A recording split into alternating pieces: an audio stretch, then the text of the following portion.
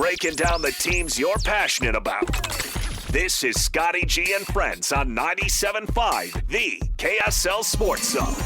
All right, folks, let's get it. 97.5, the KSL Sports Zone. As those of you watching on YouTube, remember, just search KSL Sports on YouTube. You can see a live video broadcast of the show. We're out and about today. We are hanging out at one of my favorite places on the planet. I've been down here so many times, and I know they're going to take care of you. It is Tim Daly Nissan Southtown. So you're going to hear from Cameron, who's hanging out with us a little bit later on in the program, but always incredible savings, incredible deals going on down here at Tim Daly Nissan Southtown. All right, the great Patrick Kinahan's going to join us right out of the gate. We'll have a chance to catch up with him because, look, when we talk about friends, all right, there's no better friend than Patrick Kinahan. I mean, come on, let's not kid ourselves here. When you talk about loyalty, when you talk about everything else that you want, PK's your guy. Hey, PK, how you doing? Oh, stop. You're embarrassing me. That's what I say when I call you 20 minutes before a show and say, can you come on? Oh, I thought you were still programmed to regard. I thought you were ordering me. No, I don't have that kind of juice anymore. That's Lloyd. I try to avoid. No, he does. He has that that juice. No, there's no juice there. That juice Anything got squeezed a long time ago. Okay, I'm ready. All right, let's get to it. So there's a couple things I want to talk to you about. First off, I wanted to get overall your sense on the divorce between Kyle Whittingham and the University of Utah. I know I came on your show and we talked a little bit about it as well, but when you look at a situation like this, when you look at winners and losers, obviously Kyle financially comes out a big-time winner in this. I feel bad for Morgan in this, and I'm not saying that Morgan is losing any sleep on this, but it really puts a bullseye on Morgan, unfortunately, that he doesn't necessarily deserve because of the situation that he's walking into that just got a little uglier. Yeah, as far as the divorce goes, I mean, I think it was worse than Kim Kardashian and Chris Humphries, maybe even worse than Khloe Kardashian and Lamar Odom, possibly even worse than Kris Jenner and Bruce Jenner. So all that's for you to decide which one you want to choose there. But, yeah, there's no question that it puts a bullseye. I think Morgan already had one because when you're replacing a coach who is the winningest coach in school history, that automatically puts a bullseye on. And now, before these documents came out, which, I wasn't that surprised. There's a couple of details in there I was surprised by. But you were replacing a coach that essentially went 11-2 last year. So when he has a healthy quarterback, his intended starter, it proves that he could win. I realized he had a couple of seasons there where that wasn't the case. But other than that, they got the job done. So you add up all that combined with that basically, stealing ripping off a quote from The Godfather, the Utah, instead of making Kyle an offer he couldn't refuse, they made it an offer he couldn't accept. Yeah. And with that in mind, and Morgan was asked about it the other day when he had media availability. I thought he gave an excellent answer. He sidestepped it to a degree, but what's he going to do? He's the coach of Utah. He's not the coach of Michigan. He said that I wish Kyle well. I love him, but my focus is here, as it should be. And that should be the end of it as far as the questions for Morgan, I should say. Mark Harlan still needs to publicly answer for it. Just saying that you have no comment or you're not available or you will not speak on it, that when no questions were asked because he wasn't available last Friday when it broke, I don't think that's acceptable. There's going to come a time where he needs to be asked by the media about this. Now, he could very well say, I'm not interested in commenting, and that's his choice. But, paying Kyle Whittingham $13 million to go away, wow, that's a lot of cash. And then when Kyle gets the job, not fighting him on it. And I know that, you probably have your legal counsel say it's not really worth the billable hours, but still to just concede it and say, okay, yeah, you're taking our money. You're taking a good chunk of the assistant coaches. You're taking some of the star players. Oh, and we're also going to be giving you $13.5 million with interest, I might add. Unfortunately, I think with Kyle, not only will Morgan be compared to Kyle Whittingham last year and the Kyle Whittingham era, and of course there will always be the comparisons of what's going down in Provo, but he'll also be getting compared to what Kyle's doing in Michigan. Yeah, there's no question about it. The money that he's got to go away, all I can say is I'm glad I'm his friend. And so we're going to be following Michigan as if it was Utah Valley has a football program in our market, right? Yeah. They're a big school, play basketball and other sports. They don't have football. But Michigan is going to be sort of a hometown team here because obviously they've got plenty of players that Kyle took over, and who knows what's going to happen going down the line. But for this year, they're going to have several, and the coaching staff and support staff are not all, but significant amount of Utah ties. And we latch on to people from Utah. It's what we do, and we follow them pretty much the rest of their careers, right? We did that to an extent with Bronco. We went to Virginia. Now Michigan obviously is much more higher profile football program than Virginia was with Bronco, but we still follow them to a degree. This is going to be intense. Yeah, this is really an absolutely amazing story. I'm trying to think of things that can compare with it, and I can't come up with anything. No, and it doesn't. I mean, the only thing in the same zip code, I guess, is when Gary took Kalani to Oregon State, and and Gary got on the airwaves here a little bit, but even that doesn't even hold a candle to what we're seeing here. No, this is so amazing the way it happened. I mean, Kyle didn't go to the University of Minnesota. He went to the University of Michigan. I mean, my gosh, you know what I mean? They've been playing football and have the most wins than anybody ever. And, I've been back there a couple of times. My wife's family's back there, and I went back there for work. So I'm fairly familiar with the area. I'm certainly not a resident of it, but because of family and work. And it's right there with anybody. You name it. I mean, I've been to Alabama, I've been to LSU, I've been to Notre Dame. This is just incredible. This is a storied program, and this guy is coming in with an axe to grind to where I'll show you. You pushed me out, essentially. You left me no choice but to quit. Oh, my gosh. Whittingham's wake up on just a motivation scale of about 11 out of 10. Now he's going to have about a 20 out of 10. I was once talking to him, and he was saying, when I don't have the motivation to do this anymore, then I'll know. I said, well, then you'll be coaching the rest of your life till you drop dead because you wake up every day with tons of motivation, and if anybody gets in your way, you're looking to run them over. That's just who you are, man. That's who you'll always be. I mean, I was joking with him one time after practice about who's in better shape, and he said, let's go right now. Let's race up to the place's monument. I said, I can't. I have hard shoes on. Otherwise, I'd do it. Well, that's Okay. just who he is, man. He wants to go at all times. If you said, let's do it, do you think he'd actually go through with it? Yes. Well, yes, absolutely.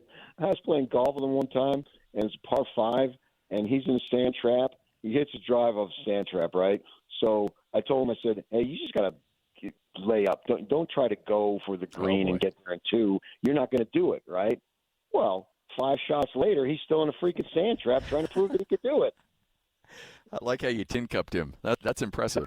Good job by And you. I'm over there. I have to look away because with each hack and the ball keeper, you go in a sand trap, it hits the lip, and you know what it does? It rolls right back to you. Oh, yeah. And I'm over to the side having to look away because I was getting free golf at a private country club, so I couldn't be too rude. Hey, I watched. I was down in San Diego for that NCAA tournament, and I was watching Darren Peterson up close and in person from Kansas, and obviously the skill set's through the roof. I wasn't a big fan of the body language, but that was just one game, and I don't want to judge him on that. So he's crazy good. AJ DeBonce is good. You got the A-Cup kid we'll watch coming up this weekend. Certainly Cam Boozer. Do you feel like this is a draft that could rival what we saw in 2003? Yeah, I think we're talking about that. And there's some other guys. And plus there's always dudes that slip through the cracks for whatever reason and turn out to be really good ball players. That happens. It's going – I mean, Keontae George, if that draft is done today, is he going 16th? Probably not, right? I don't know the draft. I don't have it in front of me off the top of my head, but I've seen Keontae George play basketball enough to know that he probably shouldn't have lasted to 16, I think it was. So you'll have that factor. But, yeah, you got some dudes at the top that are super intriguing. It'll be interesting to see, as we look back 5 and 10 years from now, how much of an impact these guys will make. And obviously you didn't say DeBonsa, but we know he's there. Yeah. And so with that in mind, I just really hope the Jazz, they surprised me last night, man. Yeah. I didn't think they were going to lose, and they did it in such grand fashion. If Adam Silver ever wants to use game tape of tanking, just go to March 26th. 2000 or March 25, 2026 in Salt Lake City, because that was epic, that lineup. And I don't blame them, man. I support it 100%. They got to do what they got to do, and they got to take care of themselves. And this is the best way to do it because we know that there's big-time talent potentially. We'll see. I think at minimum you'll see several rotational players, but you might see some franchise-altering players. And I put AJ on that list, too. I've seen him live many times, and I saw him play on television a ton of times. I love the kid's game. I've seen Peterson play, and I've talked to people. The potential is there. The smoothness, the fluidity in which he moves and makes shots is there. But you got to worry about other stuff, too. And that's up for personnel and GMs to decide. Ace Bailey came into the draft last year with a little baggage. Well, thankfully for the Jazz perspective that he had baggage, or else he probably doesn't last until 5. But he's looking like he's going to be a very good player. He's got enormous athletic talent, and he's looking like he wants to work at it too and achieve what he's capable of achieving. And that's what you ask of a player, whether he's a rotational player, a G League player, or a superstar. You want them to achieve whatever they're capable of achieving. Is this your personal sports Super Bowl opening day?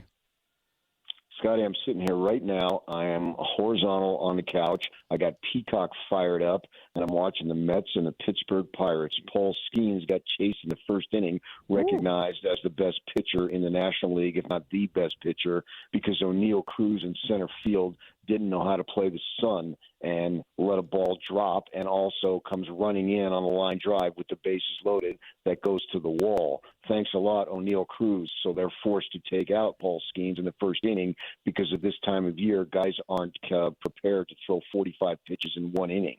So, yes, opening day, are you kidding me? This is life. I texted DJ, who knows what his situation is, and I sent him a picture of me watching the TV on opening day this game, and I said, all is well. How about you? That was a little bit of a subtle flex on your part right there.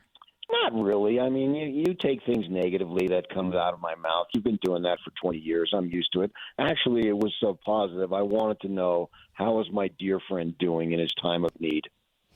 Oh, yeah. That's the vibe I got for sure.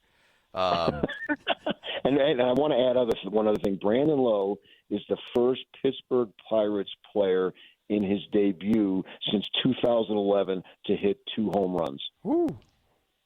And we're only in the bottom of the 3rd. Wow. No, that's getting some work done. Yes. When you so you've been to some ballparks. I know it's a goal of yours to hit as many of those as possible. I've only been to 4, and 2 will be crossed off the summer, I think. Is that it? What do you? No. Excuse me. I've only not been to 4. Oh, okay. I thought you said you've only been to 4. I did. I misspoke. Thank you for correcting me. You're right. There's only 4 I haven't been to, and 2 will be crossed off this summer. Okay. Take the quality of the current status of the team out of it. Just everything involved. I mean, from comfort to food to history to vibe. If you had to have your hierarchy of stadiums, like what are your top 3 in no particular order? Well, when I was a kid, we're going back to like 13, 14 years old, I went to Dodger Stadium and I thought, oh my gosh, this must be what the kingdom is like. I'll never get to the kingdom, but this must be. So from that perspective, it holds a place in my heart unlike any other. And when I was a kid, I lived back east and then moved out to Arizona. I think people know that. And I did go to Yankee Stadium and Shea Stadium a fair amount. I mean, Yankee Stadium was like 25 minutes from my house. But something about those palm trees and the San Gabriels, you can see those San Gabriels in the Rose Bowl, where they're the same view looking to the east. Because all professional baseball ballparks, they have to look to the east. So for those wondering how it'll look like when Steve Starks brings us and the Miller family brings us a major league team, that's going to look so cool, particularly in April and May when we can still see snow-capped mountains. Oh, yeah. Oh, my God, that's just going to be unbelievable. It's going to be unlike any. So I would say I would definitely put Dodger Stadium there for sentimental and legitimate reasons. I like San Francisco, but it's got to be a day game. It can't be at night. Day games are where it's at there because obviously it gets a little chilly, but right on the water like that. And I was a Willie Mays kid, and Willie was pretty much done by the time I came of age, but I always worshiped the ground that he walked on because I did a book report from him. I still got a picture when I was in the third grade. I still got a poster on my wall. My wife found it after we got married and framed it, and it hangs in my little man cave downstairs. And I've been to Pittsburgh, and you can park in the city and walk across the bridge, and that was really, really cool too. And plus the tickets weren't $5,000 to sit like in the fourth row because they've sucked for a lot of years. So I'm walking across that bridge like a lot of people do, and which, and just to the in the distance, you got the football stadium there.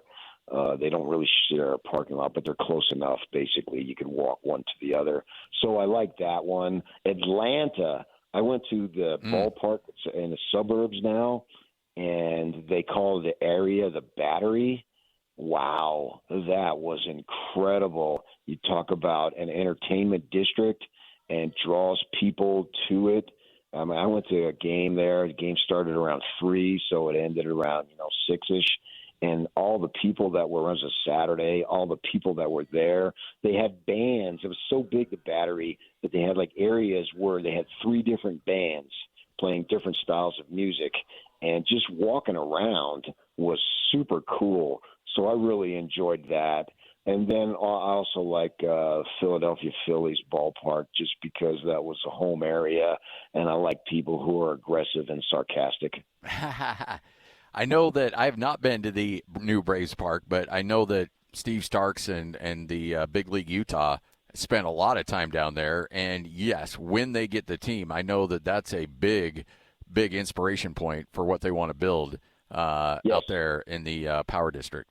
It will absolutely be a game changer, a statewide game changer, maybe even Wyoming and Idaho, and we don't have that much population to the west in Nevada at our side. But, yes, it will be. If they can replicate anything like close to that, it will just be something that will be spectacular for the community. Oh, my gosh. I can't even imagine how cool we know how summer nights are here and how they're so beautiful. And to have that, and then you're going to have whomever, the Dodgers or the Red Sox or the Yankees, whoever it might be, coming to town. Yes, it's going to be the biggest thing. I think it's at that point it has the potential to be bigger than the Jazz because, and I know Ryan Smith wants to do some stuff with downtown, but the fact is most of the games are played in cold weather, whereas it's going to be absolutely reverse with baseball. It's going to be warm weather, and people want to be outside here. So it is really just going to be something. Yeah, it would just – this place will be turned on its ear when they do that. And we know the Millers are going to do it first class. I have no doubt in my mind. PK, always a pleasure. Thanks for hanging out, man. Let's do it again here soon. Anytime you need me, I'm there. I love it. Patrick Kinahan, you hear him every morning, 6 to 10, right here on 97.5, the KSL Sports Zone. Ken Pomeroy is going to join us coming up in our next segment. We'll talk some college hoops with him. The great Tony Jones at 105, Mike Folta at 205 as well. This is 97.5, the KSL Sports Zone. This is Scotty G and Friends on 97.5, the KSL Sports Zone. 97.5, the KSL Sports Zone. On to the Sweet 16 we go. And to help break it all down, the man himself, Ken Pomeroy, KenPom.com. Ken, how you doing? Doing great, Scotty. Doing great. Pretty exciting start to the tournament, and looking forward to the games getting underway again tonight. Yeah, no doubt. And a lot of really good games to look at as we look ahead to the fact that Florida, the only number one seed to get bounced in the first two rounds, were they statistically your weakest number one? They were, yeah, they absolutely were. So, I mean, certainly it was an upset to lose to Iowa, and in a general sense. But yeah, I mean, I think heading into the tournament, maybe people were a little jaded by the performance of the one seeds last year and just expected them all to roll. And it was a little early for a one seed to go down, but not surprising that we're not going to have 4 1 seeds in the Final Four again. Yeah. So I called the Utah State-Arizona game, and Arizona is a really fascinating team. And in talking to Jared Calhoun afterwards, he said, I'm really fascinated to see how this team does because they're built so differently than most teams in college basketball.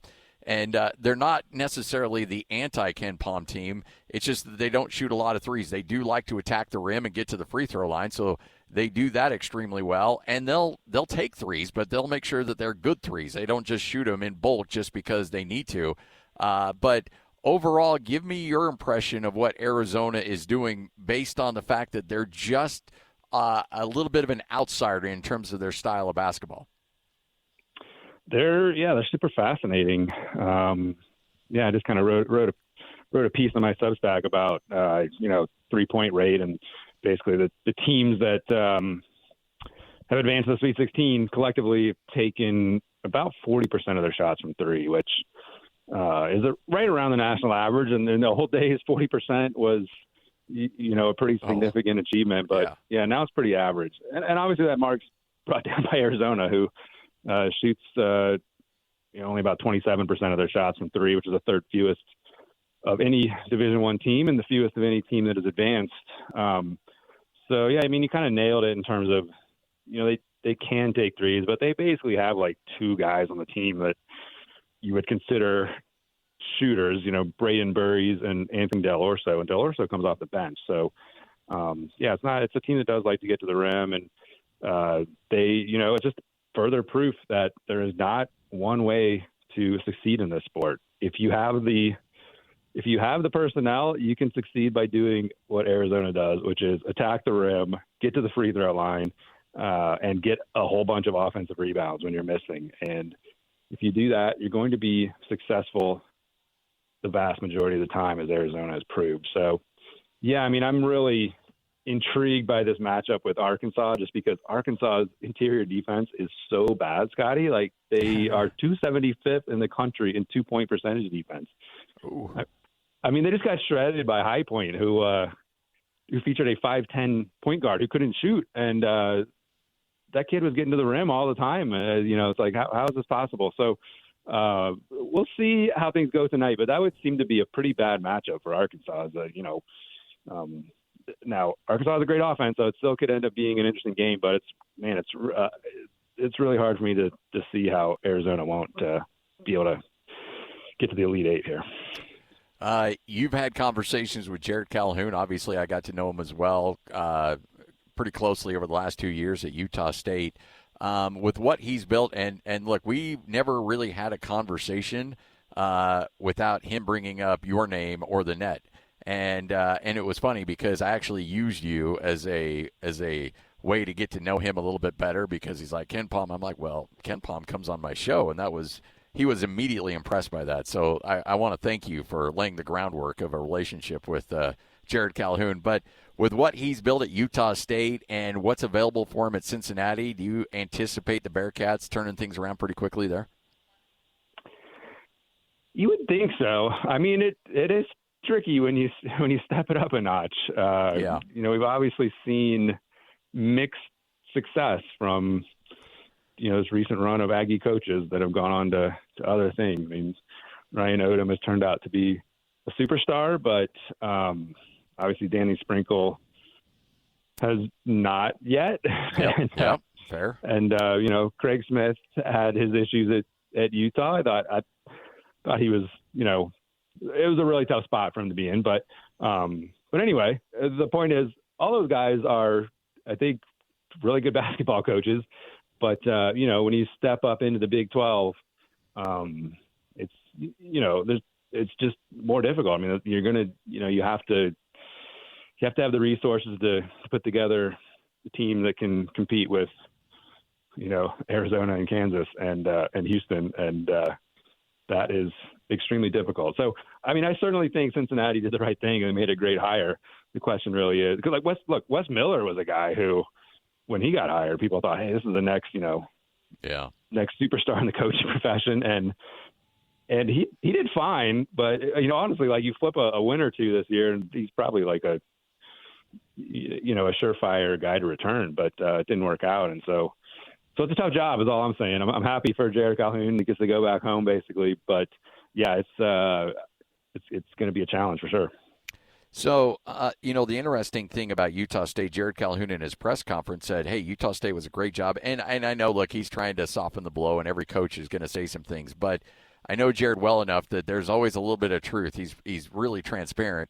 And I think he was always going to Cincinnati regardless. But one of the reasons why he said that he decided to leave was because they won 28 games. They won the conference tournament. They won the regular season, and they're still a 9 seed.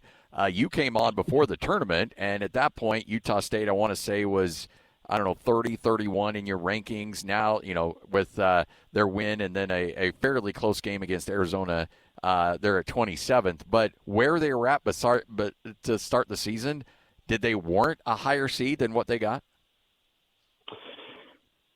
Yeah, so my answer to this is that, like, you look at – so I kind of outsource my bracket opinions because there's 100 people out there that For sure. Do projected brackets, right? And like, what am I going to add to the conversation?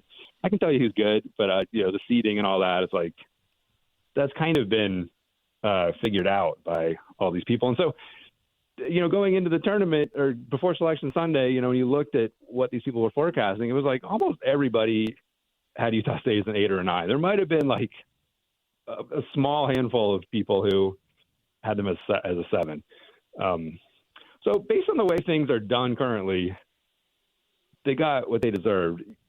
I think that you could stretch things a little and say, hey, if you wanted to go purely by predictive metrics, you could have made them a 7. And I get that given the current structure of NCAA basketball, like you would have rather been a 7 than the 8-9 game because you get a weaker team in that second game. But I mean, ultimately, the difference between a 7 and an 8, I mean, it's in the noise. And yeah, I appreciate Jared Calhoun fighting for his guys. Like, that's part of the job description, and I'm sure that's why he's able to be a successful coach. But at the same time, I was a little surprised he was so hung up on that issue because it's just, to me, like, it wasn't surprising the seed they got. And even if they had theoretically deserved a 7, like going from a 7 to being in the 8-9 game, that's a seeding error that is, pretty small in the grand scheme of things.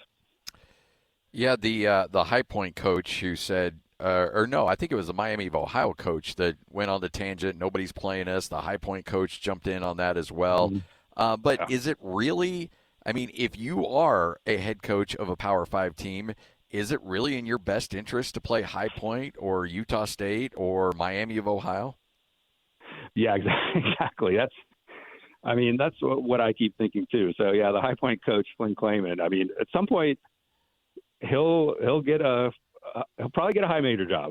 We'll see, but he's definitely going to get a better job, right? And at some point he'll get a high major job, you'd think. And if he does, I hope he remembers those words and he's willing to schedule tough mid majors. That would be great for the sport. But at this moment, as we saw with Miami, no high major coaches are willing to do that. So there is all sorts of reasons for that. I think mainly, certainly, there are financial reasons. You're going to, buy games for your schedule. And so when you're not playing made for TV games or playing against other power conference games or playing in special events, like you're going to, as a coach, you're out for kind of self-preservation and you want to, buy wins essentially. You don't want to play Miami, Ohio or High Point.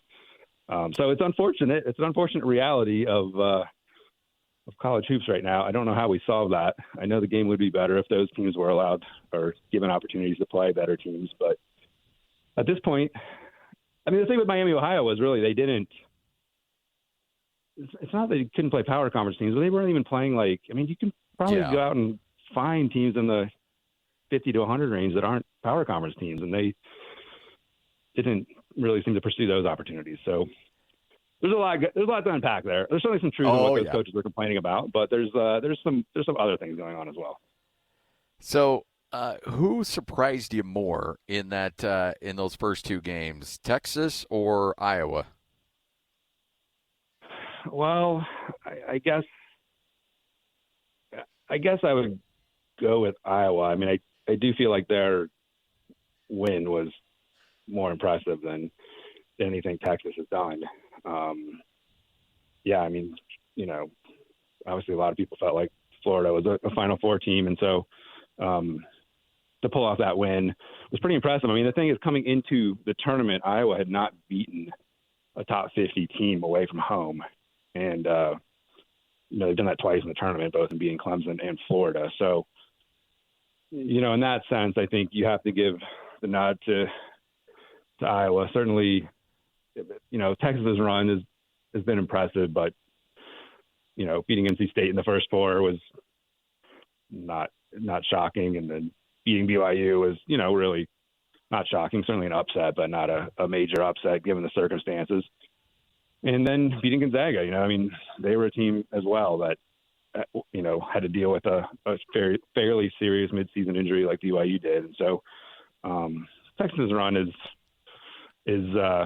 impressive on some level, but I mean, Iowa beating Florida was, I think, pretty far ahead of anything Texas has done so far.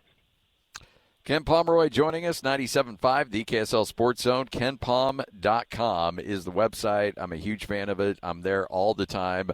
I'm staring at, every show I go into, Ken, that sucker's up and ready to go, and every broadcast I've got it as well.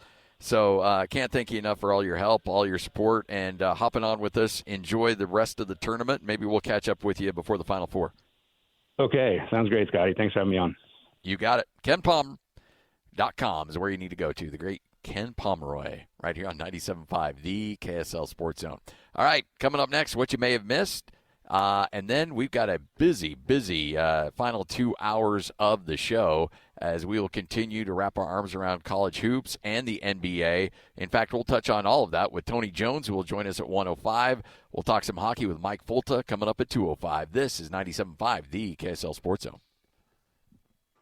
You're locked on to Scotty G and Friends on 97.5, the KSL Sports Zone. All right, 97.5, the KSL Sports Zone. The great Tony Jones will join us. He may be in Philadelphia, but let's not kid ourselves. The guy is still very dialed in and still is very active on social media. Will fight any of you on social media and doesn't even think twice about it. And he will retweet the heck out of you into oblivion. So the great Tony Jones expected to join us coming up here in just a couple minutes from right now. A little news on the transfer portal front. Carson Templin intends to enter the transfer portal, according to his agent.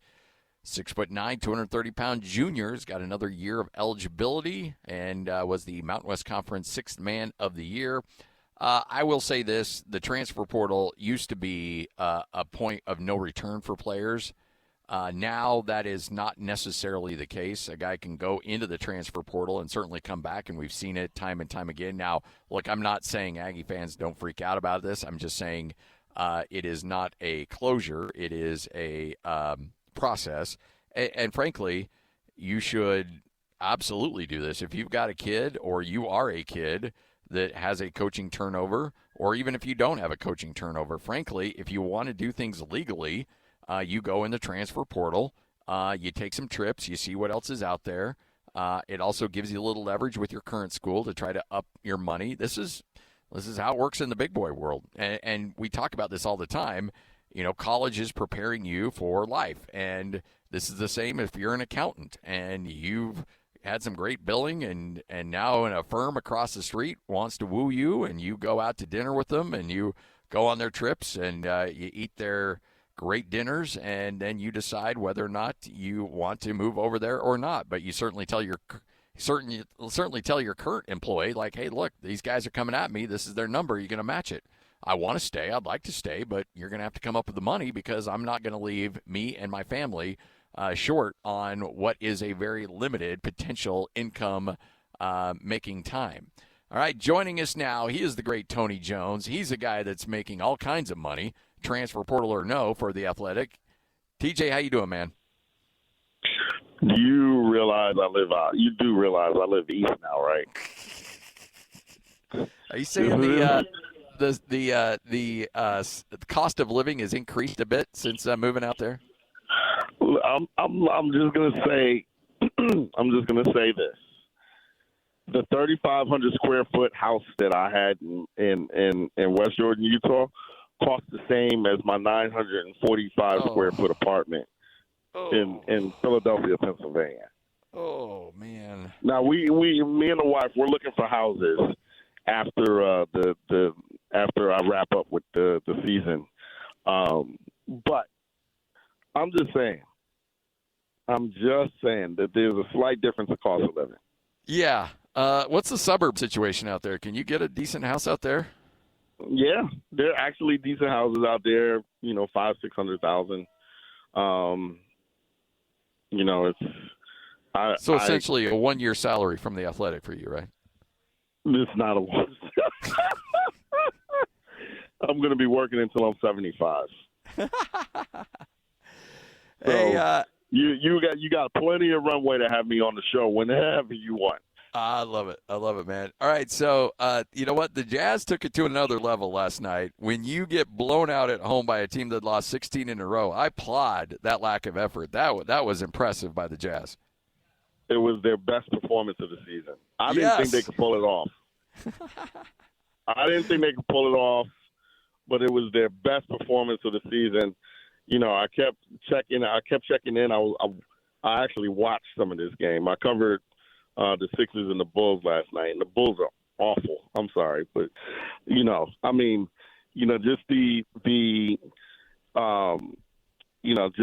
the lengths that the Jazz are going to pull this off and to make sure that they keep that pick. I gotta say, this is best front office in the league at this point. Yeah, I'm all in. Because they're going to keep their pick. All right? They're going to get a top 5 pick, and they might get – I'm going to – listen, you ready for me to get wild on here? Well, let's go. I'm going to get wild on this show. Let's do it. If the Utah Jazz get A.J. Demancia, they're winning an NBA championship within 3 years. Lloyd, you rolling on that? Lloyd's got it. Lloyd, you got that? Wow. So, okay. Your starting 5 would be Keontae George, A.J. Demancia, Larry Markkinen, Jaren Jackson Jr., Walker Kessler, with Ace Bailey, this version of Ace Bailey, coming off the bench. Isaiah Collier, Bryce Sensabaugh.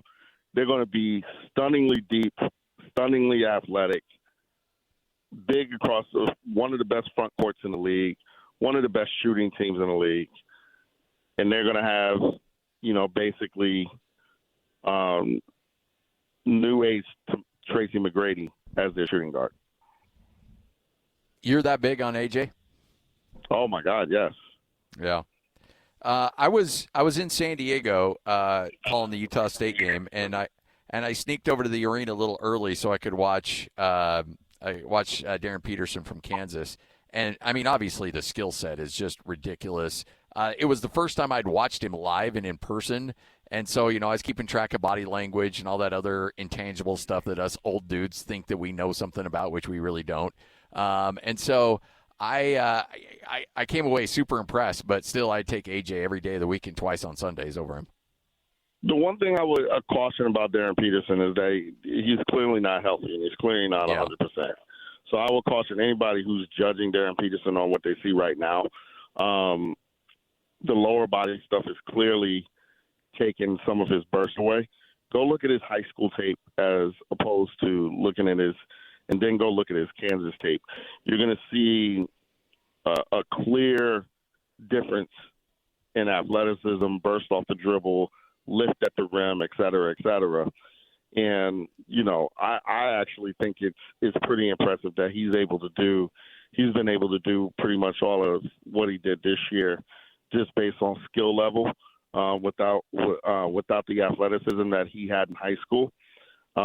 He needs to take some time off, and that's clear. Like, I think that, the pre-draft process, he's not going to have to, do much in the pre-draft process, just in terms of interviews. He'll have to do interviews.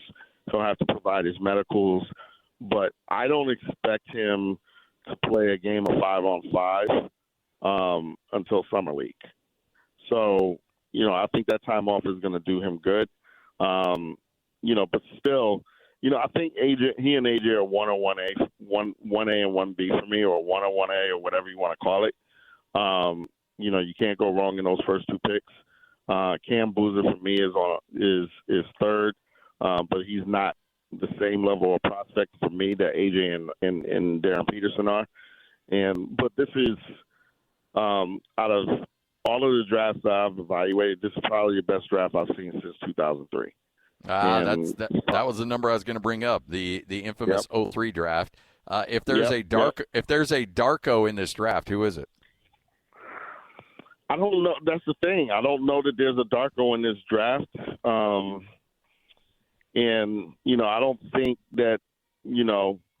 don't think that there was a Darko in the draft in 03. And what I mean by that is, Darko was thought to be this super prospect. He was 7'2". He was left-handed. He could shoot the ball. He was super athletic. But what evaluations can't really tell is, how tough you are, how much of a worker you are.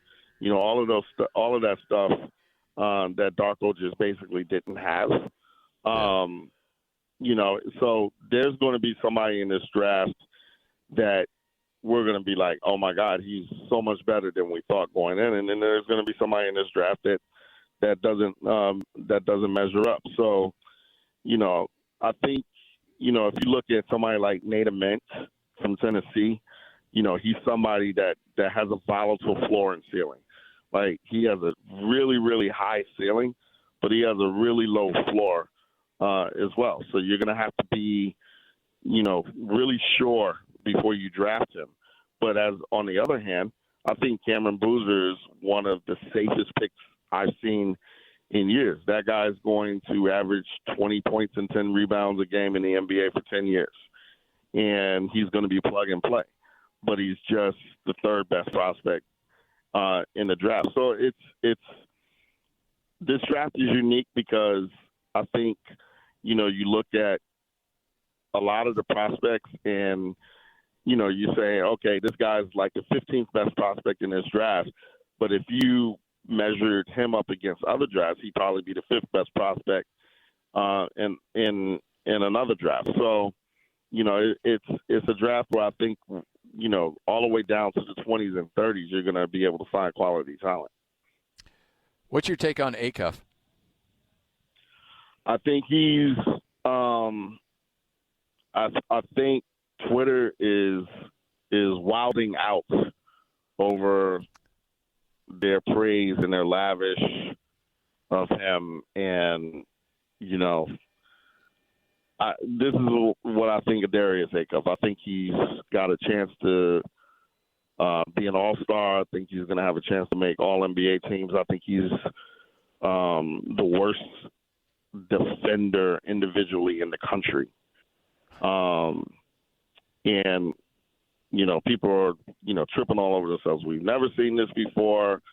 Oh, my God, Darius Acuff, I would pick him third. I would pick him probably no higher than 8th or 9th in this draft. I think he's going to be a walking top 10 offense. And I think that unless you're Sam Presti, you're probably not going to be able to build a championship team around him. And the idea of the game is to win championships. He's Trae Young. He's going to average 25 points, 10 assists a game. And, you're not going to be able to build around him because he can't defend. And once he gets to the playoffs, teams are just going to be able to pick on him and pick on him and pick on him. And eventually you're going to lose. So, it's, because of that, as point guards go, I would definitely take Kingston Flemings over him, like without a doubt, 100%. My top 5 is set. So my ceiling for Acos of where I would pick him in this draft starts at 6. All right, so let's say the Jazz are picking in that 4 or 5 range. What kind of a player are you looking at? And at that point, are you picking more for position, or are you still picking best player available? No, you still got to go best player available. So if you get 3 or 4, you're taking either Boozer or you're taking Caleb Wilson. Obviously, both of those guys would have to come off the bench, but there's still, the thing about this, the Jazz, the team they put together, they're only going to be able to keep that team together for 3 years maximum, because it's just going to end up getting too expensive. If you end up with, Wilson, or you end up with Boozer, you bring them off the bench, and for this year or for next year and the year after, for 2 years, you have, one of the deepest front courts in the league. But eventually, somebody's going to have to get traded, whether it be Jaren Jackson Jr., or whether it be Walker Kessler, or whether it be Lauri Markkanen. One of those 3 guys are probably going to have to be traded, and, you're going to have, Wilson or Boozer, who are both going to be on rookie deals, still be on rookie deals, ready to step up. If I get number 5, I'm probably taking Kingston Flemings. But I would say this, and this might really surprise some people, but if I were number 5, if I were the Jazz, I would probably consider Jakob Lendenberg at 5 as well. Wow. Because he is a plug-and-play, 6'9", 6'10", small forward, power forward, great defender, really good offensive player. The issue is he's probably, I don't know that he's going to be a star, but I think he's going to be one of those elite level role players that can still sneak into an all-star game or 2. But there's nothing he can't do on the basketball court, on either end of the court. And, I think that he can play 3 positions pretty comfortably. I think he can guard 4 positions pretty comfortably. He's just one of my favorite players in this draft. Only problem is he's 24 years old. He's going to be 28 by the end of his first contract, and by the end of his second contract, he's, going to be out of his prime. But for those 8 years, it's going to be glorious. So, he's a guy that I'm really, really high on as well. All right, so when you look at the development of Ace Bailey, and I know a lot of people have been looking at the point totals and like, okay, wow, he's filling it up. But the roster is such and the lineup is such that somebody's going to get points. And so I'm not necessarily excited about over the moon about the amount of points he's scoring, but I do like the way in which he's scoring. He does appear to be more efficient. He's getting to the free throw line. There's a lot more to like about his development at this latter part of the season. Kind of walk us through what you've seen in his development and what Jazz fans can look forward to in the future from him. I think the best thing I like about Ace Bailey over the last 3 weeks is that he's taking ownership defensively. Yeah. And that, he's staying in front of people. He's, protecting the rim in spots. He's really rebounding the basketball. I was in Utah last week, and Ace had a sequence where he blocked a shot at the rim on one end, ran the floor really hard, and caught a lob on the other end where he was looking down into the basket. He's a super athlete vertically. He's so athletic. He's figured out a way to leverage his ability to move without the ball to get easy baskets. He gets about 4 or 5 easy baskets a game. His swing skill is going to be his handle. If his handle develops to a point where he can credibly just beat people off the dribble consistently, he's got a chance to be a major offensive weapon. But even as is, he's going to be able to still score 20 points a game in Will Hardy's system, just by what he does right now, just by him being 6'10", him being able to play through 3 levels, him being able to shoot the ball, and get out in transition. It's, if this team gets AJ DeBanza, it's going to be, to me, it's going to be kind of criminal that they're going to be able to bring Ace Baylor off the bench because, I think that he's got a chance to really to make All-Star games. So, I think the irony of, the way that we talk about the 2026 draft is that when you look at the 2025 draft, it's kind of turning out to be insane. Cooper Flagg, Dylan Harper, B.J. Eskam, Kyle Whittingham, and Ace Bailey, that's about as tight and as solid of a top 5 as you're going to get. Even the 2003 draft, while, nobody's going to probably have a LeBron James and a Dwayne Wade and the Carmelo Anthony in the same top 5. But, the 2025 draft also doesn't have Darko Milicic. So, I think that, this class deserves its kudos for how deep it's been, especially up at the top. And I think everybody's proven to have made the right pick. Did you we all knew Kinahan was a good player. Did you see this, at least this early in his career? Heck no. I did not see this. I thought Kinahan would be a good player.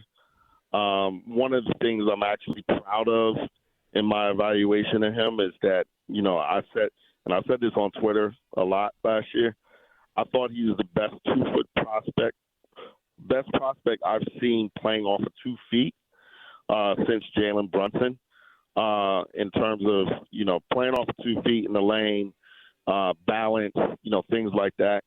The off the dribble stuff, the ability to defend because he's actually been a really good defensive player this year.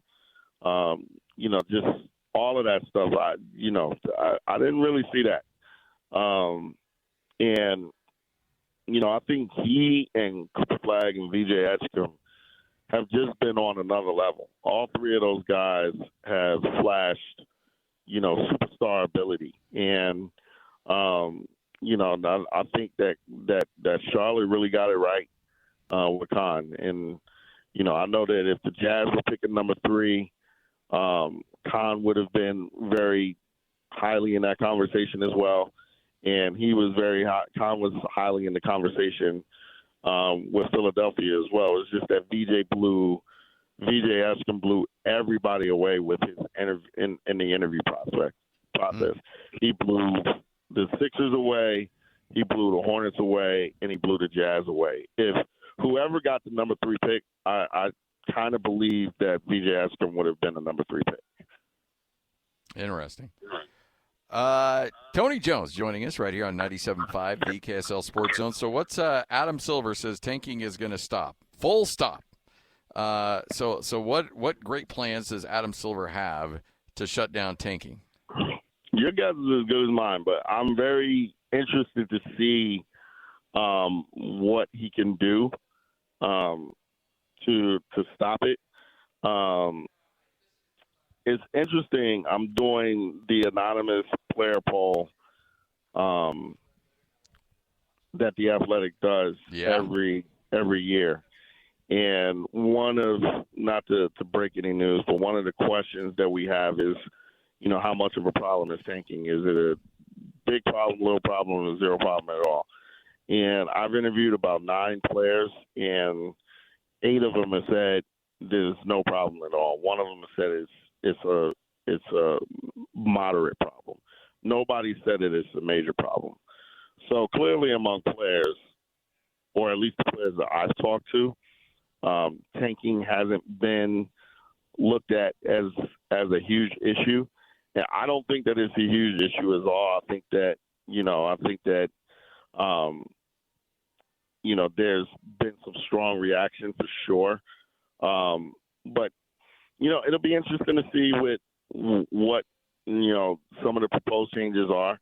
Of the ones that have been made public and have been reported, I think the one that I like the most is, a team not being able to pick top 5 in 2 consecutive drafts, because this is how San Antonio gets Victor Wembanyama, Dylan Harper, and Stephen Castle on the same team in 3 or 4 years, because this, you just move up a bunch of spots and you get the pick of the litter, and then all of a sudden, the San Antonio Spurs have another dynasty on their hands. So I think that that's one that I really like. But we'll see what the official rules changes are. One thing I did, take note in terms of what, Commissioner Silver said, he seemed very resolute that these are changes that are going to be made, and that this is a problem that the NBA wants to really tackle. So if there's a problem the players see, and again, I don't want to give away the story on The Athletic. I love, the anonymous GMs, anonymous player conversations. But if the players do have a concern about a current situation in the league, is it too many games? I mean, what's the biggest gripe players have right now?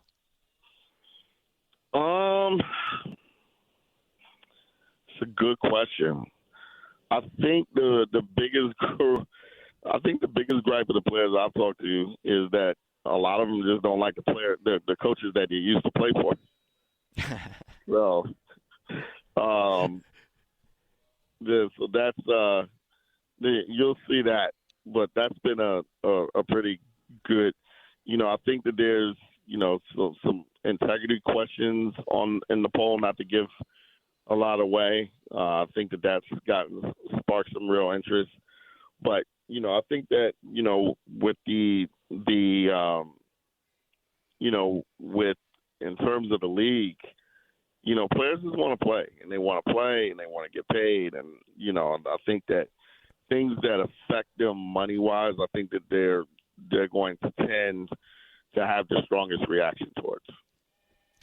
The great Tony Jones joining us right here on 97.5, the KSL Sports Zone. Tony, get bored. We got a radio spot for you. Come on back.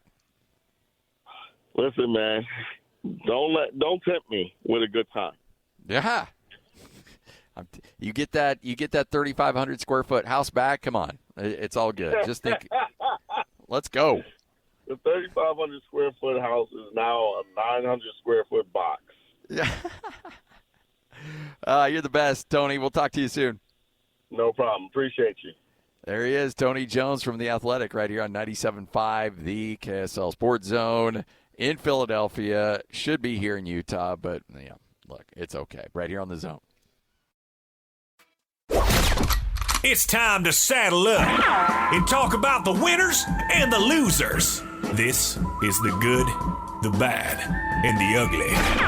Now, here's the good. It is your good, it is your bad, it is your ugly right here on 97.5, the KSL Sports Zone. Hope you're all having a tremendous day. Scott Gerard with you. Lloyd Cole back in studio. I'm down here at Tim Daly Nissan Southtown. I will say this, anybody who comes by will give you a free bag of popcorn. They got the popcorn machine going. By the way, quality popcorn, Lloyd. Do we have the candy bucket too? Oh, no candy bucket. We probably should have been careful on promoting that. Easy. So no candy bucket, but I do have the popcorn, and I have all-you-can-drink soda as well. So, you come on by here, and we'll hook you up with that. I should probably find out what we have available before I start promoting it, Lloyd. I'm sorry about that. I knew a guy that used to do that. I know, right? Yeah.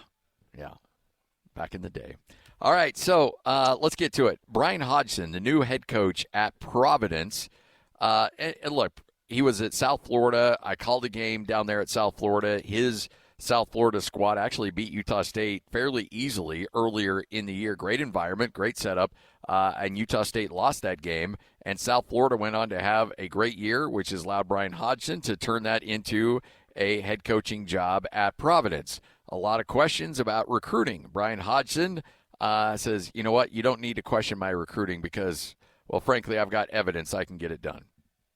Steve talked about it. My better half, my beautiful spouse here, Jordan, my son, Jet, who you'll hear plenty throughout this speech. If you ever want to question my recruiting abilities, just take a look at my wife, Jordan.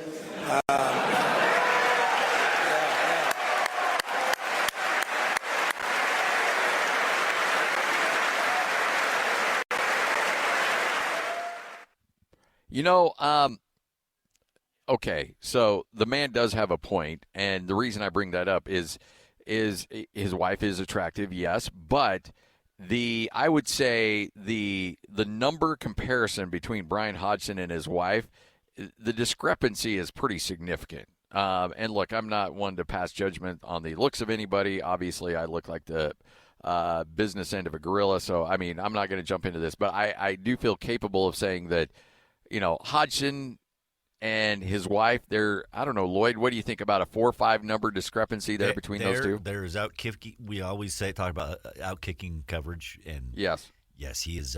There is easily a 5-point to 6-point discrepancy. Yeah, and so again, if I'm looking, I think it was the coach. He was at Penn State at the time. Was it James Franklin? I can't remember. There was a coach that actually got himself into a little bit of hot water because he actually said that he judges his coaches, his potential hires as assistant coaches. He wants to meet their wife, and he wants to rate the attractiveness of their wives because he feels like if a man can't sell himself, then he can't sell a program.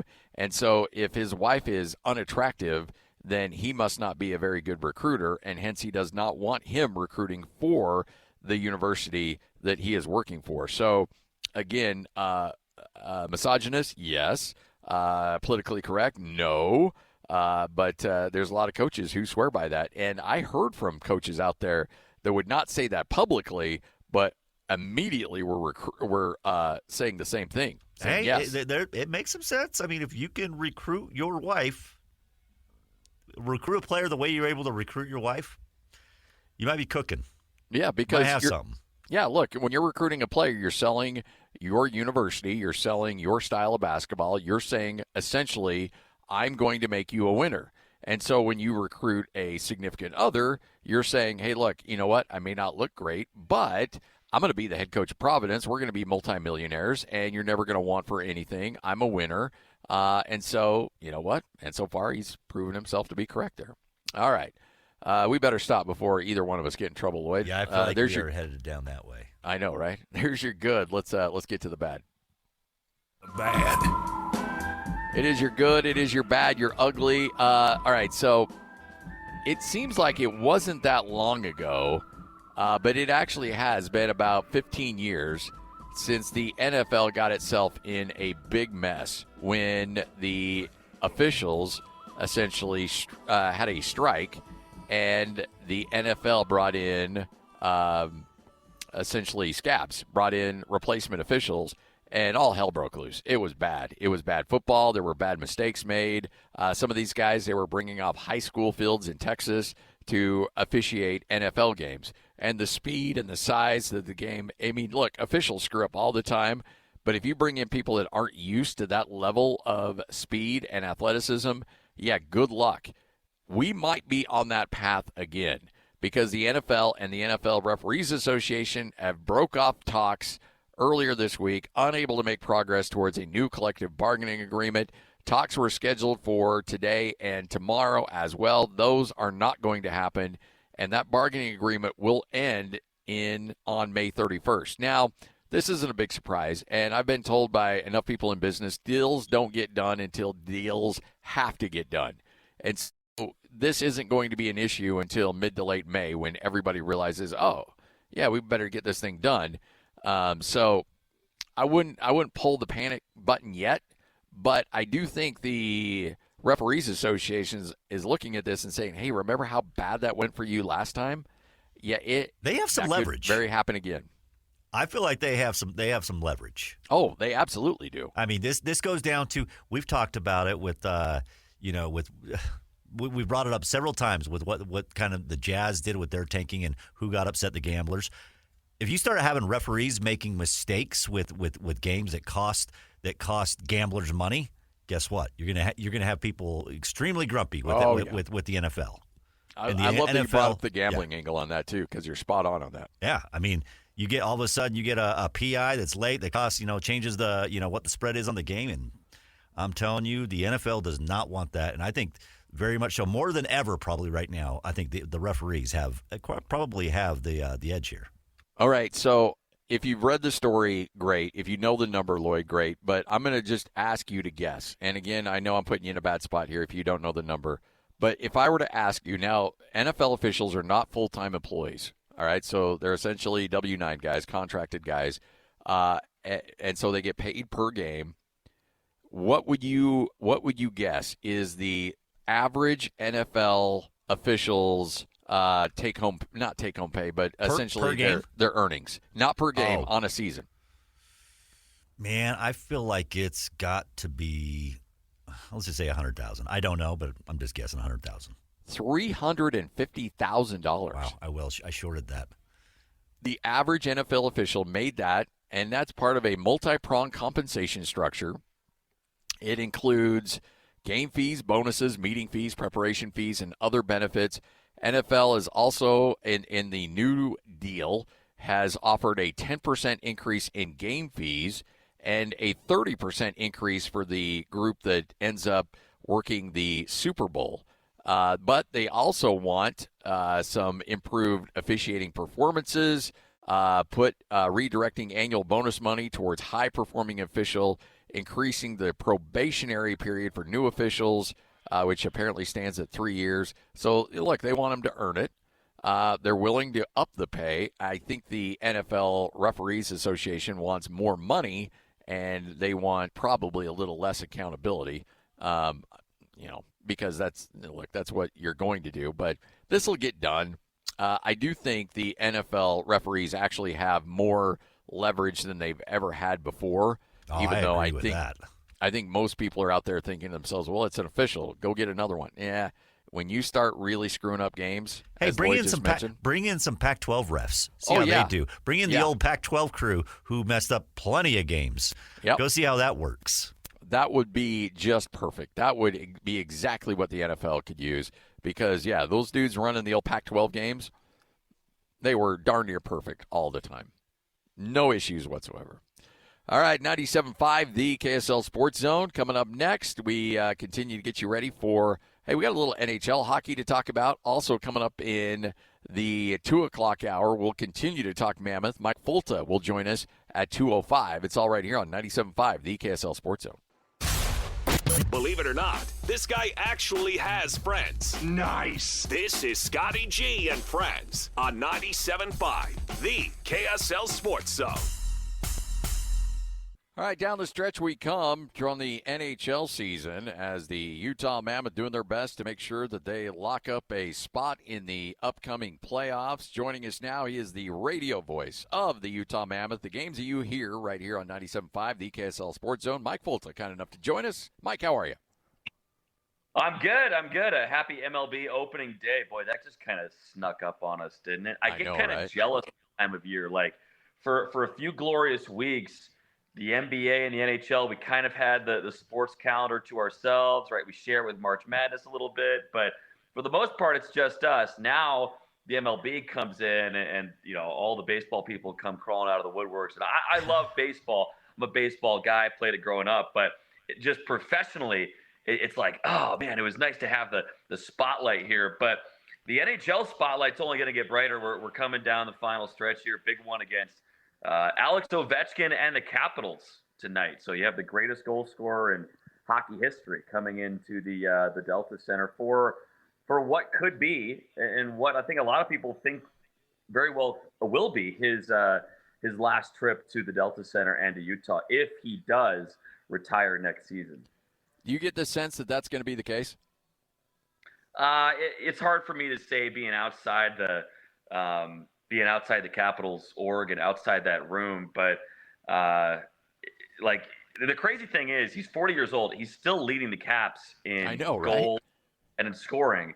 Now you watch him on the ice and you're like, that guy is leading the team in goals.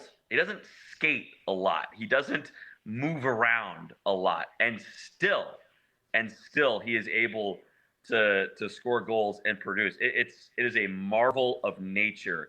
And he's done it all, Scotty, on a diet of like what I ate in college, like Subway sandwiches, spicy Cheetos, and like he's drinking Diet Coke on the bench in his Gatorade bottle. So he hasn't exactly leaned into like the TB12 method, but he's still scoring at an incredible rate.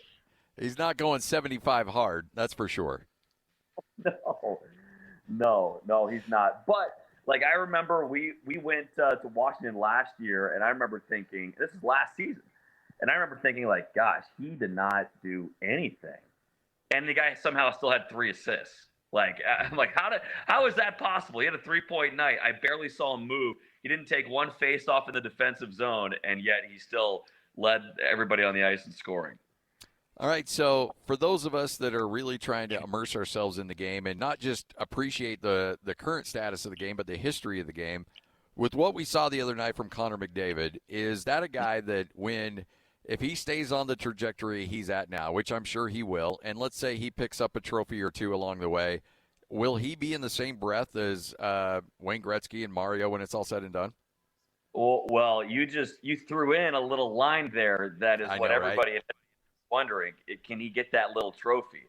He hasn't had the Olympic gold. He got the 4 Nations, if you count that, but he hasn't had that big one, right? Hasn't had the Olympic gold medal, hasn't had the Stanley Cup, which is what everybody in Edmonton is. Everybody across the hockey world is wondering, can the best player in the world in the ultimate team sport, can he finally be a part of a cup-winning team? If he does, he's absolutely in that conversation with Lemieux and Gretzky. If he does continue to produce at the level that he is. But again, that's a big if. And he signed a 2-year contract to stay at Edmonton. He took a huge hometown discount to stay at Edmonton and to try and win a cup there. But he only signed a 2-year deal. He could have easily. I mean, we just saw Nick Schmaltz with the Mammoth sign an 8-year, $64 million deal. I mean, Connor McDavid could have signed for all of King Midas's silver if he wanted to, but he chose to sign for 2 years, and so his future is, I guess, in doubt after these next couple of years, whether he'll stay at Edmonton or not. But hockey is the ultimate team sport, and your legacy is defined by how many cups you win a lot of ways. Mike Folta, kind enough to join us right here on 97.5, the KSL Sports Zone. All right, so I want to there was an NHL.com story about how Utah may be becoming a destination location for a lot of players. Utah and Bill Armstrong has done a tremendous job of locking up core players and keeping them in Salt Lake City. Just give me, from an outsider. Now you're not an outsider anymore. You're one of us now, Mike. So I'm not. I don't want to project you as an outsider, but a guy that's now kind of immersed himself in the community. What is the reputation of Salt Lake City and this Mammoth organization across the NHL? I think it starts with Ryan and Ashley Smith. I think if you ask anybody, that's the first line of the answer. The way that the ownership has committed itself to winning. Part of that's the practice facility. Part of that's committing capital to good players with these long contracts, like we saw with Nick Schmaltz, and also like we saw with Mackenzie Weegar as well. Like that guy. He had a no-move clause in his contract. He could have told the Calgary Flames, "Nope, I'm not going to Utah. Send me somewhere else, but I'm not going to Utah."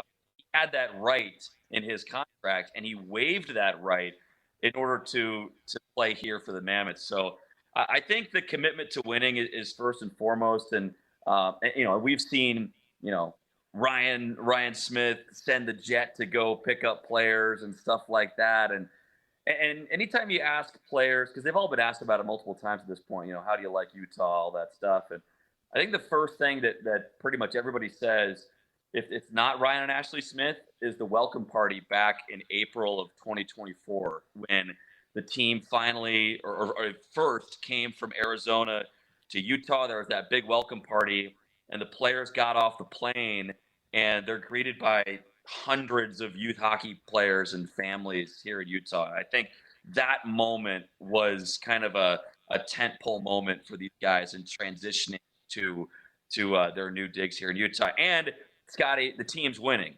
The team's winning.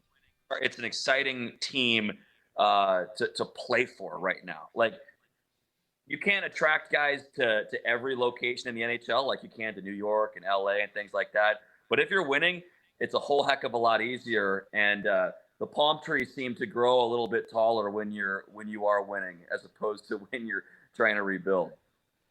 All right, so that Edmonton loss hurt 5-2, and then you look at the last stretch. Things have gotten a little. I'm trying to think of the right word to use, wobbly, if you will.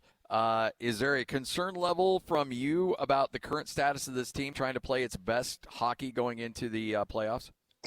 No, I think we've seen a little bit of up and down from the Mammoth here recently, and look, there were a couple goals there that Karel Vejmelka probably should have stopped. He's been really good all year, but just kind of had a little bit of an off night against the Oilers, and that's not a team you can afford to have an off night against with guys like Connor McDavid out there trying to score on you. So it was, the team lacked a little bit of offensive intensity in that game against Edmonton, but you're around everybody today at morning skate, and the mood's pretty high. Guys are confident. But did you see what happened in the second intermission? I know you're at Tim Daly Nissan right now.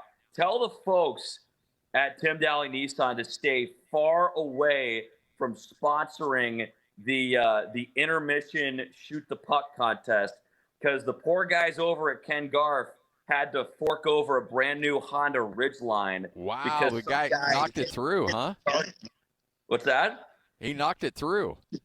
I always thought those were carnival games where like the opening is smaller than the puck, but James from Riverton had an incredible shot and walked away with a brand new truck. So tell our friends over there at Tim Daly Nissan, hey, stay away unless you want to be handing out cars for free. Stay away from sponsoring that intermission show. I was calling a game up in Logan, and sadly I was talking and reading a commercial line. I don't know what was going on, but all of a sudden the crowd just erupts. And you've been up in that arena, you know how crazy that can be. And I'm like, what just happened? We're in a timeout, and a guy hit a full court putt. And I went and looked at the thing afterwards. The hole for that ball to go through was maybe a half inch wider than the actual ball itself. I still don't know how that guy knocked that through. And he ended up winning like tuition for the upcoming year. Like, that dude should have won several $1 million based on that, because I don't know how he did it. It still blows me away. Because he had probably taken some putting lessons with PK the morning before. Yeah, that's true. Yeah. That's a good point. Hey, I talked to Bill Armstrong earlier in the week, and he talked about Veggie, and that Vanacek has kind of helped him up his game, and there's this kind of friendly competition between the two. Just how important is that for, and I don't want to say a competition, but for high tide to lift all boats, that these guys just kind of keep pushing each other? Yeah, I think it's really important. I think when you consider how Karel Vejmelka is kind of wired a little bit, he's really competitive. He's a great teammate first and foremost. But he has responded really well to challenges this year. That game against Edmonton was just the second time all year he had been pulled, which is pretty impressive considering he's among the league leaders in games played. But he was pulled earlier this year, and then the game that he comes back, the next game he starts, he throws a shutout. Yeah. So he's had similar types of bounce backs like that throughout the year. So he has shown that kind of desire, like, okay, I didn't have a great night. I want to get back in the net. He's the type of guy that wants it. Like he wants that opportunity to help the team win again after, a night that he would maybe want back. But I think when you consider that, as part of his personality, I think that challenge is really healthy for him. But as far as Vitek goes, we think he's going to start tonight against his old team, the Washington Capitals. That's how he came up through the minor leagues into the NHL with Washington. So it'll be really cool for Vitek to go up against Alex Ovechkin tonight. Alex Ovechkin has scored against basically every goalie in the NHL. In 5 games against Vitek Vanacek, he has scored 0 goals on 19 shots. So hoping to keep that streak alive tonight. And like I said, Vitek's been really good as of late. Like his last 6 or something starts have all been like his best six starts of the year. His numbers don't look great when you look at his record because he hadn't been getting much run support throughout the early parts of the year. But now he has been getting the goals in front of him. The team's playing a little bit well, or a little bit better in front of him. And it's a great opportunity for him to help the Mammoth win after Karel Vejmelka had one of his tougher nights of the year last game. All right, so I don't know what you're going to think out of this, but Lloyd just in my ear, and I agree with him. All of us immediately thought when you said that jinx, and so are you a superstitious broadcaster at all? Because there's a lot of people now that are a little concerned about what's going to happen with Ovechkin tonight. I feel like if it's not on the broadcast, it can't be considered the broadcaster jinx to me. Okay. Now, okay. So a pregame interview. All right. Yeah. Okay. I got you. Yeah. You got to draw the line somewhere. Like at some point, if we're not telling the story of the night, we're not doing our jobs, right? But I did have I had a tough moment in the minor leagues once where, and this moment actually went viral. Like CBS put it on their TikTok page. It had like tens of millions of views, and they've reposted it since. Thanks a lot, CBS. But it's me in the minor leagues basically trying, like, I'm tempting fate. It's like, all right, this guy's got a shutout. I'm just going to say the word shutout, shutout, shutout, shutout. There's no way that I break the curse. Then what do you know? The team we're playing against, the Savannah Ghost Pirates, they go down and score on poor David Tendek, ruining what would have been his first AHL shutout. I got fined by the team. Like the coach levied a fine against me for dropping that many shutouts on air. So I try to avoid saying it now because I don't want to get fined again by Andre Tourney. But I don't know how much I believe in it, but just for my own sanity and for everybody else's, I try to avoid it. So we were calling a football game. I don't want to say it was this year as it was last year. And the Utah State kicker was on a heater. He'd made like 10 field goals in a row.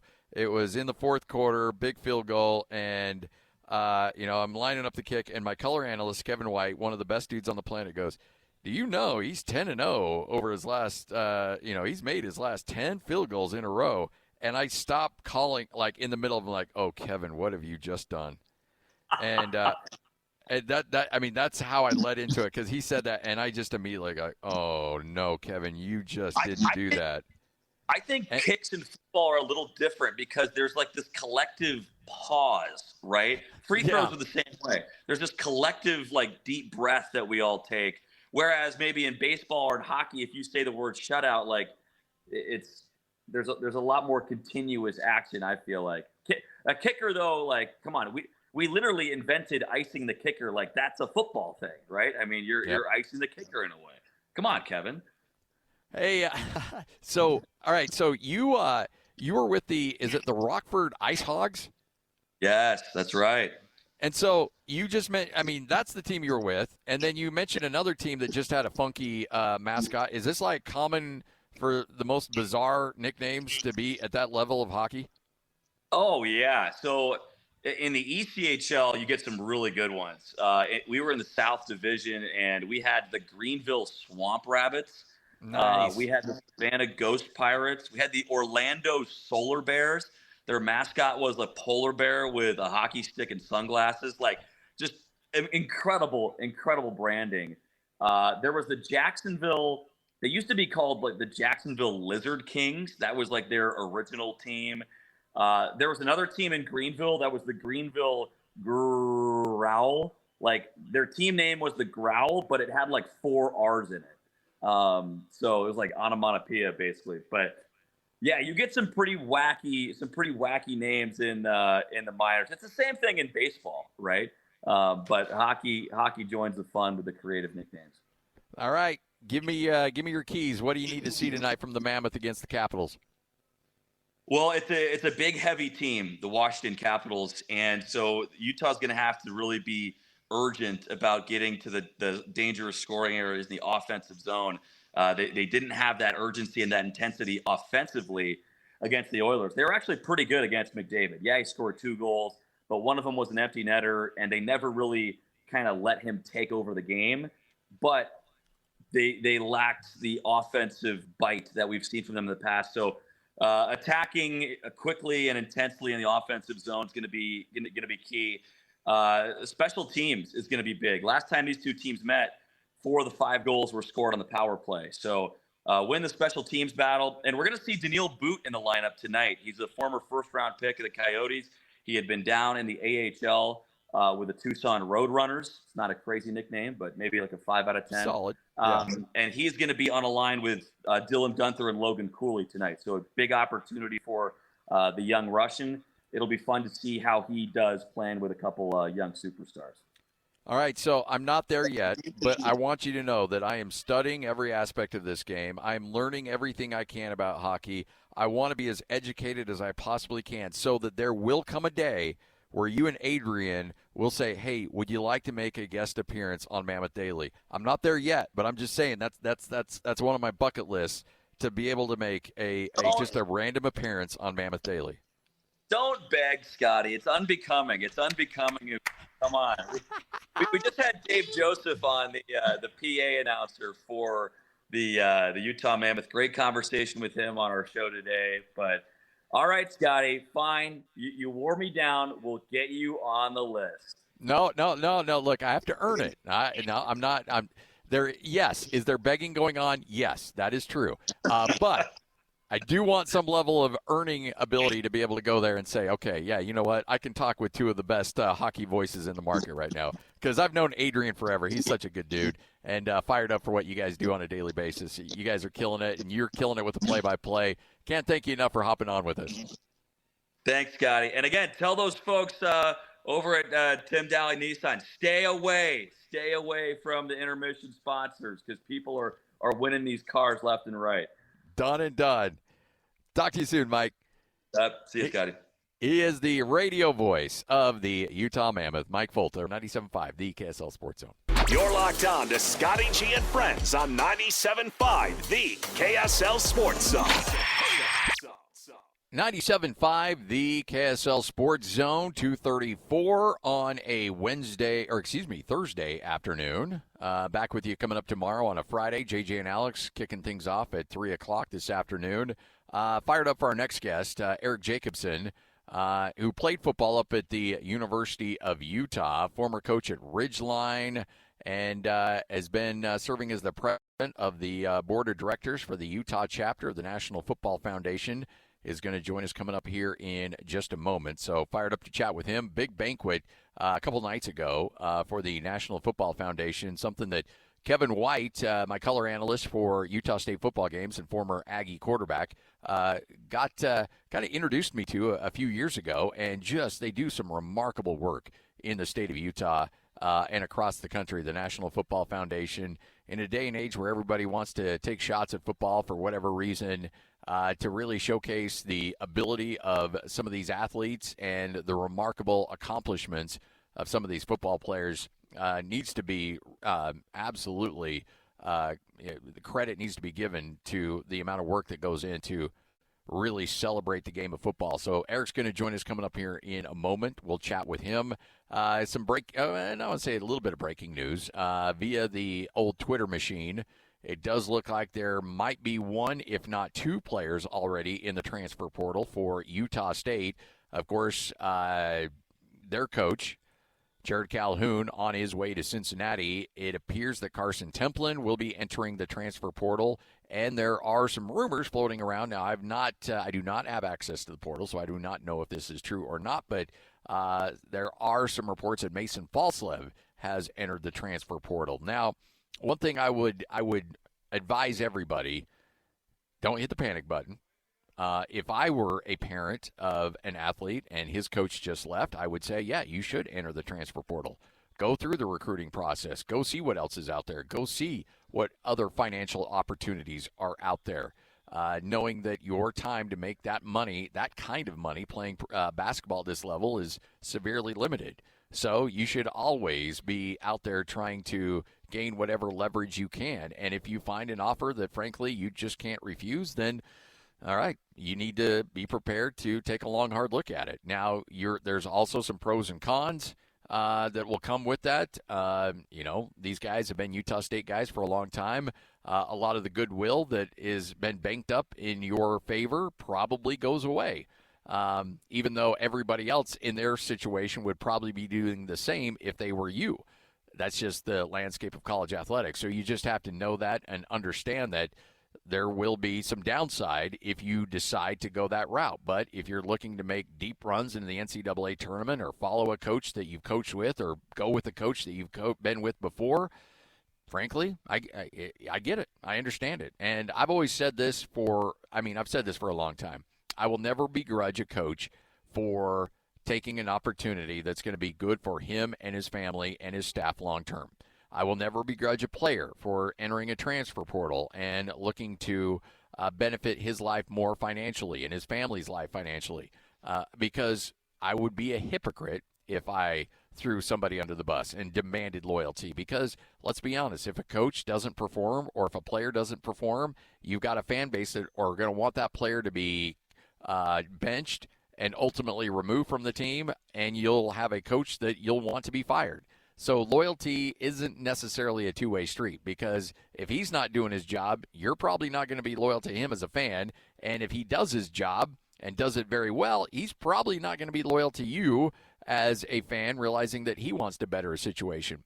And I remember talking to a coach. In fact, I'll just say it. It's Craig Smith told me a story about how he and Tim Miles, when he was on Tim Miles' staff, and Tim was the head coach, I believe, at Minot State, and Craig was his assistant, and none of them are making any money, and they're driving the country, going to JC after JC all across the country in this beat-up Toyota Corolla, making no money, hoping that they could string together a few quarters for gasoline to get them to and from where they need to be. And all the while, their wives are at home trying to manage making the actual money to support the family while raising kids, while the husband's out there chasing a dream of being a college coach. Those coaches know that. They understand that. And so they feel a certain responsibility to family members that help support them to try to put them in a situation where they can be financially successful. These coaches also feel a certain responsibility to guys on their staff, because, look, if you're making $2 million a year and somebody comes in and offers you $3.5 million a year, that extra $1.5 million, that's nice, but it will impact your life. But frankly, if you're not making it on $2 million, $3.5 million isn't going to get you over the top. But if you can go to your assistant coach who's making $100,000 and say, guess what? I now get to pay you $600,000, $700,000, $800,000 to be an assistant at a P4 school. That is life-changing.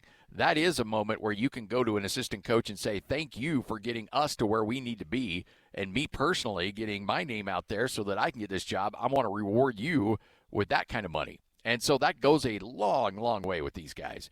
And look, they are very loyal to their families. They're loyal to their staffs. So, again, I don't begrudge anybody for taking another job. And I definitely don't begrudge an athlete who, in this situation back in the day, look, if you're Mason Falslev or you're Carson Templin, you were at the discretion of an athletic director who you were going to bring in.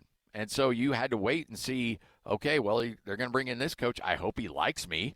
I hope he hasn't made some preconceived notion about me and my game. I hope he doesn't try to alter my game in such a way that will benefit him but not necessarily me. And you had no recourse. You had no leverage. And when there's a high coaching turnover, I think a player should have an opportunity to see what else is out there. Now, Utah State may hire their coach, and Mason Falslev sees him and says, all right, let's go. I like it. And he can come back, and he'll be welcome with open arms. There's no doubt about it. So don't think that the door is closed just because kids enter a transfer portal these days. All right, joining us now, he is the president of the board of directors of the Utah chapter of the National Football Foundation. It is, I tell you what, fired up to chat with Eric Jacobsen. Eric, I'm good friends with Kevin White. Kevin and I go way back. He speaks extremely highly of you. But I know you guys have done some great things. But kind of walk us through the banquet you had the other night and how important that is to players across the state of Utah here that have had some great high school careers. Yeah, thank you, Scotty. And I feel the same way about Kevin. What a good dude. So the National Football Foundation is a national organization, and each state or even some states have more than one chapter. and we are the Utah chapter of the National Football Foundation College Hall of Fame. So we're tied to that organization.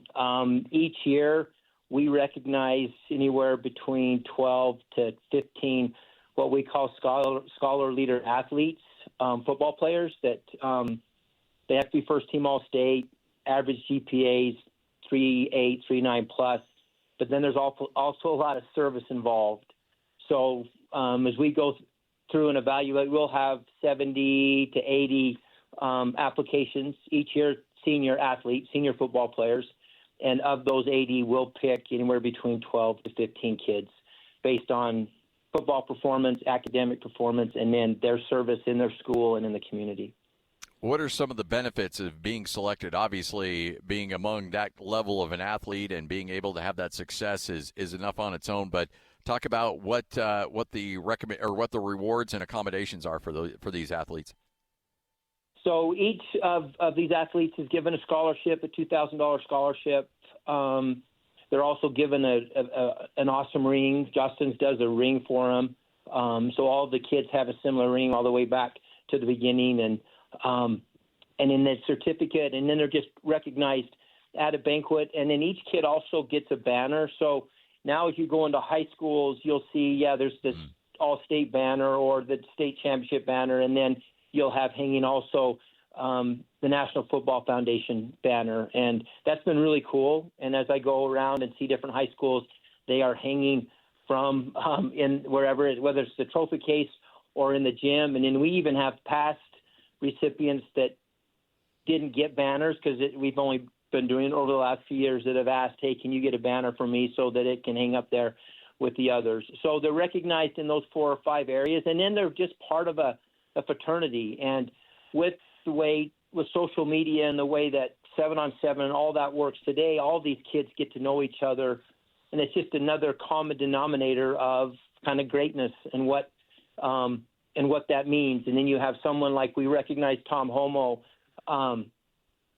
as a contribution to amateur football because he's retired and he's been on our board. And so the kids get a feel, my heavens, that guy won 4 Super Bowls. That's what that looks like. And we recognize Cody Barton as well, and Cody did a great job. And so the kids get that exposure. And then we recognize juniors. So every year, each team has an opportunity to represent to submit a junior, each high school team. And this year we had 25 juniors that we recognized, and they get to see the whole banquet and what it entails and the importance of just being a well-rounded leader where you're making a difference on the field and in the classroom and in the community, so they have an idea of what that looks like. And we try to create an event that is encouraging to all those young men that's something that they'll want to chase that greatness until next year and be on the dais as well. Well, I think that it's a really cool event in terms of, you mentioned chasing that greatness and chasing an opportunity to be recognized as one of those 12 or 13 athletes. And, obviously, number one, a kid knows he needs to be good on the football field. He needs to be a leader on his team, and then he needs to be great in the classroom. But, I mean, let's kind of work through the community aspect of that as well, because sometimes that gets overlooked, but that's not something that you guys take lightly. You want these kids out in the community really learning how to give back. Absolutely. We want them to share their light. We want them to not be introverts, but be extroverts, and to take the opportunities that football provides and the notoriety and then use that for good. And there are so many opportunities in our society to serve and to make a difference in the school, from the things they're doing with special needs opportunities to the community, things they're doing in extended care facilities, and things are just in providing food and providing backpacks and providing even internationally now where kids are going and using their influence to get others to come and to raise. We had one kid that raised $50,000 that went to help build, some homes in Central America. So there's lots of things going on. And because of football and the notoriety that comes from it, and then the advantages that come through social media where they're recognizable, they can get their foot into places that others can't. And then people want to follow and be a part of it. So football comes and goes, and it's the greatest game on the planet. But serving others, sharing a light, making a difference, being that chasing greatness and helping others be great too, that's a lifelong commitment and a lifelong opportunity. And our hope is that, yes, great football players, great in the classroom, and that kind of has shelf life at times, where serving others and making a difference in society, there's no shelf life on that. You know, there's a lot of people, and sometimes I get caught up in this too, where we kind of take shots at today's generation and we say, oh, you know, these kids are always looking at their phones, they're entitled, you know, and it's not fair because we broad brush a lot, but you're around these kids and you work with these kids a lot. There's a lot of really good kids out there, and I know it's easy for us older guys to be like, back in my day, but when you break it down, there's still good kids that want to be coached hard, that want to play hard, want to represent their community, and like doing things the right way. Yeah, they're not good; they're great. Yeah, yes. We have great kids that want to be great in every aspect of their lives, and their attention span may be a little bit different, but they want to be great every bit as much as I wanted to be great, or you wanted to be great, or guys that played 20, 30 years ago. They still want to be great now, and you have to approach it maybe in a little bit different way. But once they know you love them and you care about them, and then you can help them be great, they want their desires and their aspirations are exactly the same. And they're not good kids; they're great kids that are taking opportunities and doing wonderful things and making a difference in their community, in their school, and in a lot of lives. So they're not good, Scotty, they're great. We got great kids. I love it. Love it. Hey, we appreciate it. Thanks for joining us. And we'll be involved a little bit more coming up next year before next year's banquet. But thanks for sharing some time with us, and looking forward to help out any way we can going forward with your organization. Yeah, that would be great. We would love to get you involved next year. So let's just plan on it. Let's put you at a table, come, be a part of it. We'll even let you say a few things if you want to, and experience these kids up close and personal. So we're planning on it, planning on you next year. I'll get you the date quickly so you can be there.